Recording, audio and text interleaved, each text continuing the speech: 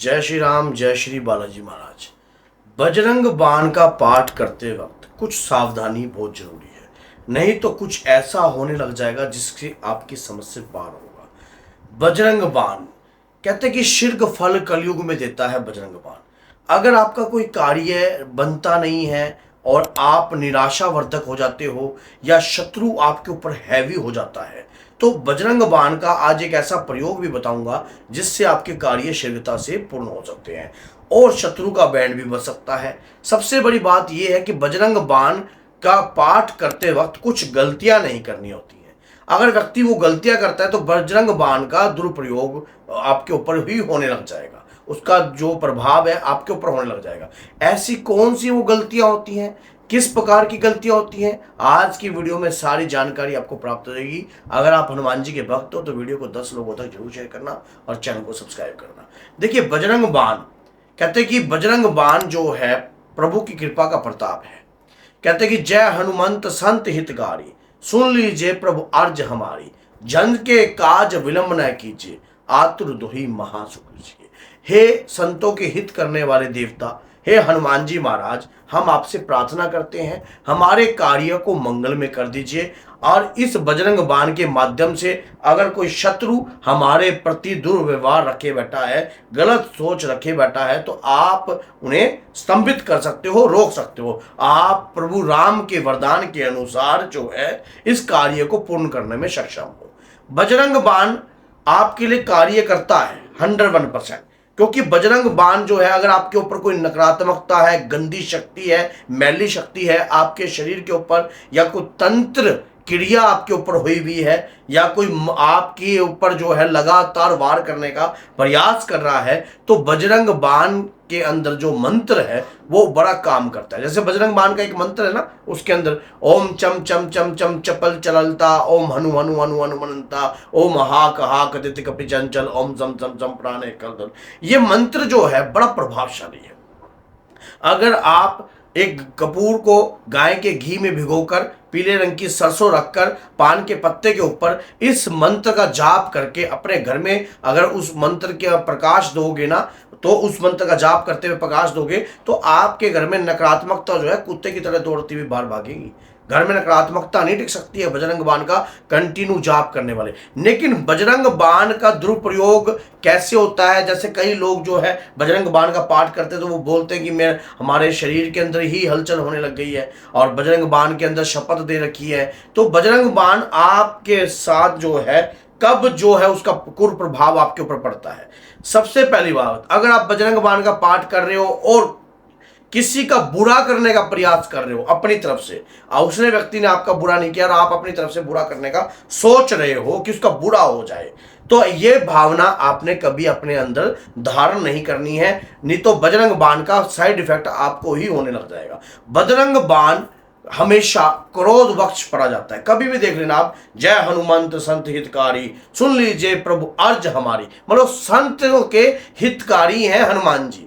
आप अगर अपने अंदर जो है साधु भाव रखोगे तो आपका कोई बुरा नहीं कर पाएगा। अगर आप ही किसी का बुरा करने का प्रयास करोगे बजरंग बाण से, तो आपका कभी भला हो नहीं सकता।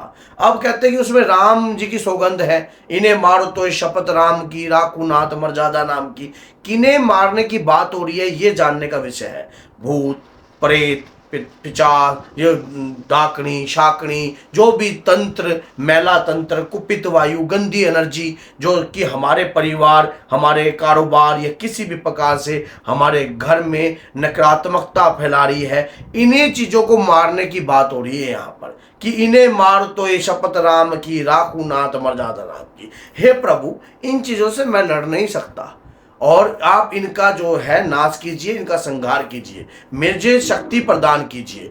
इस प्रकार से अगर आप जो सोचोगे कि जो ये गंदगी है ये भी मानो किसी ना किसी प्रकार से मैं किसी के ऊपर तंत्र करूं बजरंग बाण से, तो नहीं।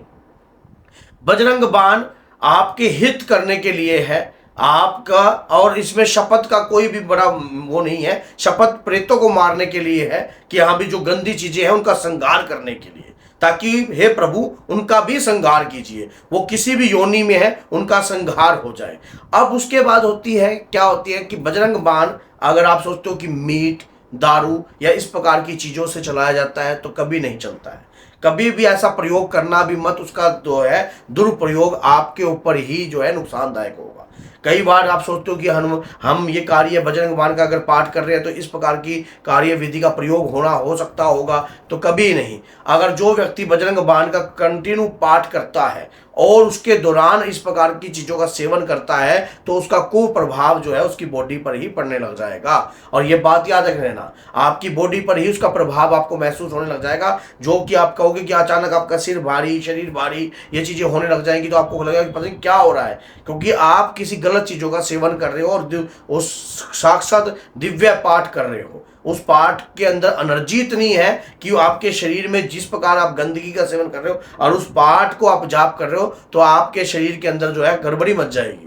अब उसके बाद ये होता है कि जब भी कभी भी बजरंग बाण का पाठ करते हैं कई लोग जो है संकल्प ले लेते हैं, जैसे कि मैं 41 दिन तक बजरंग बाण का पाठ करूंगा, रोज के मैं 11 पाठ करूंगा, रोज के मैं 21 पाठ करूंगा, और उन पाठ का संकल्प जो है ज्यादा लंबा आप लेते हो तो उस संकल्प को पूर्ण करोगे तो आप बजरंग बाण में एनर्जी है, और जब बजरंग बाण एनर्जी है तो आपका दिमाग घूमने लग जाता है, क्योंकि आप पहला दिन तो तब जाता है चलो कर लिया, दूसरा दिन फिर करते हो, तीसरे दिन फिर करते हो, तो इससे ना डिस्टरबेंस उत्पन्न हो जाती है आपके खुद के ही शरीर में।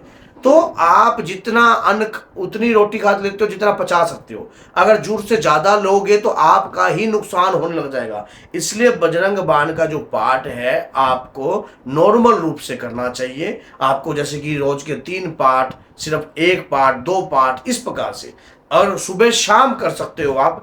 नहीं तो इसका प्रभाव जो है, कई लोग जो इसको बीच में छोड़ देते हैं, इस पाठ का संकल्प ले लिया और फिर उसको बीच में छोड़ दिया, तो उसका प्रभाव भी आपके शरीर पर पड़ता है। जैसे आपने बजरंग बाण, मान लो एक शक्ति, अमोघ शक्ति है और उसे जगा रहे हो आप, मान लीजिए आप उस पाठ को कंटिन्यू करके जगा रहे हो, जो कि व्यक्ति आपके ऊपर तंत्र कर रहा है, बुरी शक्तियों के लिए जगा रहे हो, अपने घर की प्रोटेक्शन के लिए जगा रहे हो, और अचानक ही उसको बीच में छोड़ देते हो, चलते पाठ को आपने बीच में छोड़ दिया, आपने उस पाठ को करना बंद कर दिया, तब भी उसका प्रभाव जो है आपकी बॉडी पर पड़ता है। बजरंग बाण संतों की हितकारी है और हित करने के लिए ही है। अगर इसका सही प्रयोग आप कर लो सही ढंग से तो आपके घर में कोई नुकसान नहीं होगा।